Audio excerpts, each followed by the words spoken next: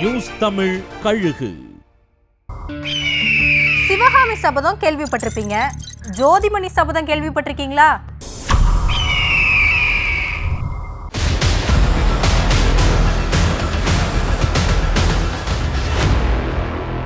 செந்தில் பாலாஜி சிறையிலிருந்து வெளியே வந்த பிறகுதான் தன்னுடைய தொகுதி மக்களுக்கு போய் நன்றி சொல்வேன்னு சபதம் செஞ்சிருக்காங்களாம் ஜோதிமணி.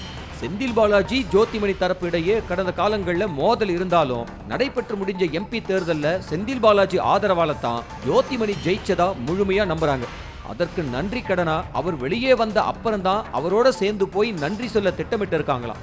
கரூர் நாடாளுமன்ற தொகுதியில் இருக்கக்கூடிய 6 சட்டமன்ற தொகுதிகளில் மற்ற மாவட்டங்களில் உள்ள வேடச்சந்தூர், மணப்பாறை, விராலிமலைன்னு 3 சட்டமன்ற தொகுதிகளுக்கு போயிட்டு நிர்வாகிகள் மற்றும் வாக்காளர்களை சந்திச்சு நன்றி சொன்ன ஜோதிமணி கரூர் மாவட்டத்தில் உள்ள அரவக்குறிச்சி, கரூர், கிருஷ்ணராயபுரம் ஆகிய 3 தொகுதிகளுக்கு இதுவரைக்கும் நன்றி தெரிவிக்க போகலையாம்.